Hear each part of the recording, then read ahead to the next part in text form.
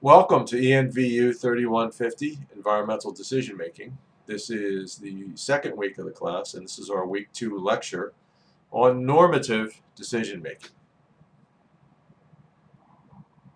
Our learning objectives this week are to enable you to differentiate among normative, descriptive, and prescriptive decision strategies, to apply an appropriate decision strategy to an environmental issue, and to justify an environmental decision outcome using rational, legal, and ethical criteria. So this is what we hope to achieve through our activities. This week we're going to learn about something called normative models. And these normative models are what we call norms or ideal methods or textbook methods for making decisions. And in normative models of decisions, we apply the classical economic theory. And the classical economic theory is based on utility maximization. And this theory assumes two things about decision makers. First, it assumes that decision makers have perfect information. They know everything there is to know about a specific situation. And that second is that decision makers have stable preferences, which they use as the basis for assessing alternatives. And so the preferences don't change over time. These preferences then are applied using something called the rules of logic or rational choice. We make logical decisions based on our knowing everything and having stable preferences. According to the normative model, or the ideal method of making environmental decisions, what we do is we assess the costs and benefits of alternatives and then select one alternative that maximizes utility.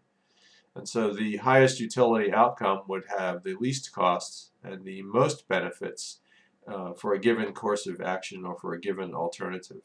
So the goal here is to maximize our utility by assessing costs and benefits, essentially doing a mathematical consideration. Benefits are positive, costs are negative. And then we just add them all up and we automatically come out with the alternative that is the best. There are 6 characteristics of rational decision making which are key parts of this particular method. The first is ordering. In other words, all of the alternatives can be rank ordered in terms of their desirability or their utility. The second is dominance, in that the choice that offers superior characteristics will always be chosen. The choice that yields the greatest utility will always be chosen. The third characteristic is cancellation, or that the decision maker will not consider identical characteristics in different alternatives. They'll just cancel out. The fourth is the transitivity, which is the most preferred choice is always rank ordered above the least preferred choice. Therefore, if A is preferred more than B, which is preferred more than C, A will always be preferred more than C. The fifth principle here, the characteristic, is something called invariance, and that the decision maker will be indifferent between two essentially identical but seemingly different frames, so 2 weeks versus 14 days. So something that we'll later learn is the framing effect has no impact on rational decision making. In other words, the decision maker, since they have perfect information, will be able to see right through the frame and be able to understand that the information being presented is identical. And the sixth characteristic is continuity. And the continuity means that the decision will be based on the expected value of the available alternatives, and the largest payoff will be chosen. In other words, the highest utility alternative will always be chosen. One of the tools for making normative decisions is something called a utility table. And in this particular utility table, this is a theoretical construct, and so this can be applied in a number of different situations. And what we do is we list, on the left side, we list consequences in the rows. And then in the columns, we list alternatives, alternative 1, alternative 2, and we consider these. What we are attempting to do here is to decide on a specific alternative.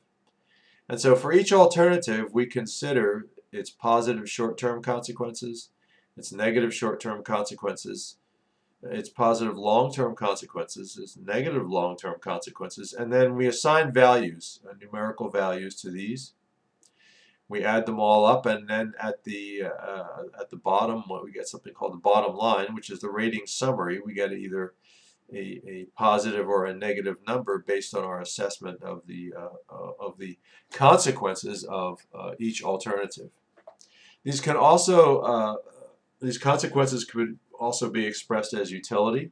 What is the utility? Positive short-term utility, negative short-term utility. In this particular framework, where consequences mean the same thing as utility. Here we have another utility table. This one is set up so that we can look at sustainable solutions, and in particular environmental decisions and sustainability-based decisions.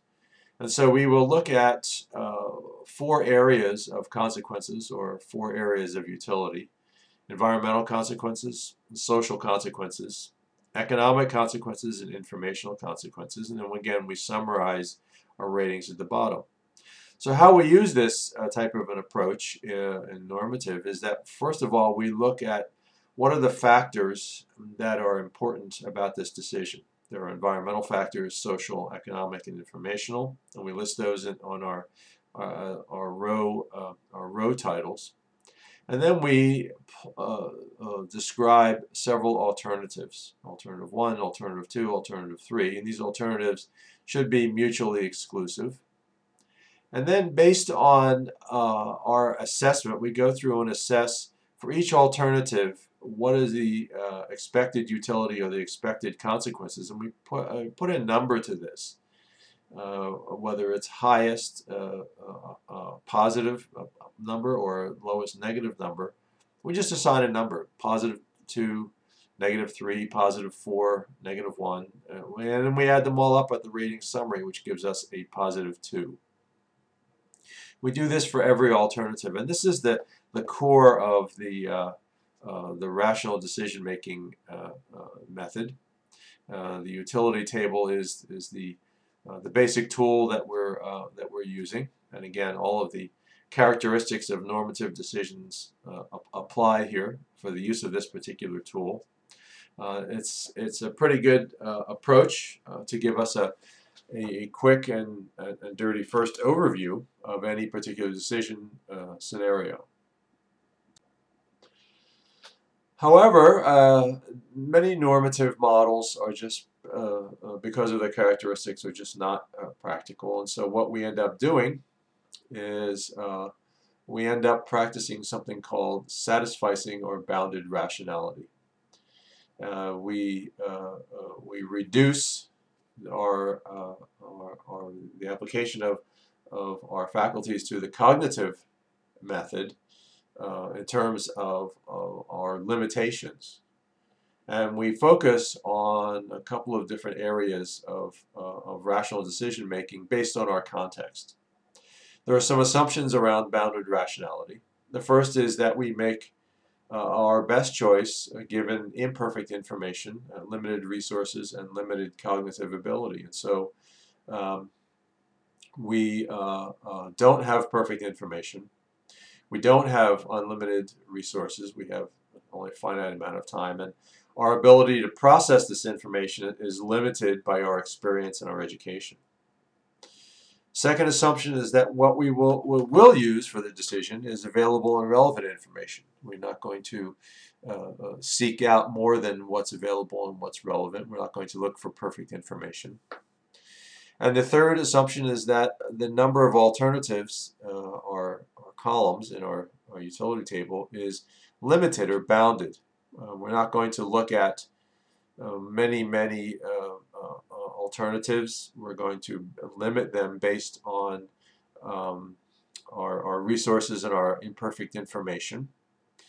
And the fourth assumption is that the decision maker is able to cognitively process these alternatives and the characteristics considered. In other words, we are able to assign a reasonable value to each cell in our utility table. And so what this satisficing approach does, it reflects more of a day-to-day use of rationality and the rational approach. It reflects more of the reality of decision making, which is that we have to make decisions given limited information, limited time, limited interactions with other people, and given our ability to understand a particular situation. In practice, we routinely violate the principles of rational decision making, especially in environmental decision.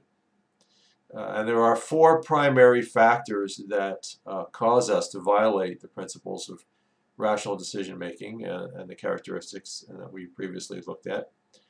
And these factors are heuristics, or rules of thumb, biases, or cognitive distortions, affect, or the influence of emotions, and the context within which the decision takes place.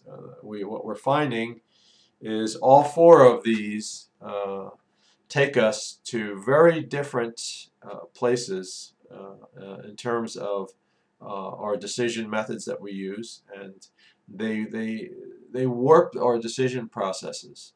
Our rules of thumb or shortcuts tend to reduce objectivity, as do our particular biases that are induced by just comfortable ways of thinking.